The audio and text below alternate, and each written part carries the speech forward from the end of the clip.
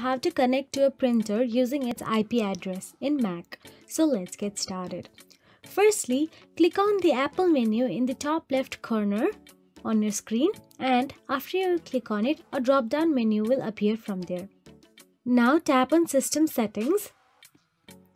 Inside System Settings, all you have to do is scroll down in the left slide bar and look for the printers and scanners, and simply click on Printers and Scanners at the bottom.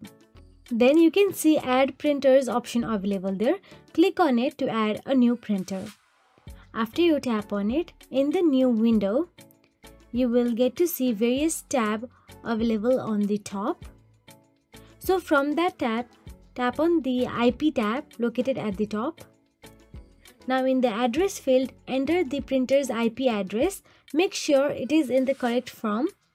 Then if the printer requires a queue name, you can enter it here as well. Otherwise leave it blank, and provide a name and location for the printer. So after you do so, click Add to finalize the setup. The Mac will connect to the printer and install any necessary drivers. If you found this video helpful, please like, share and subscribe, and thank you so much for watching.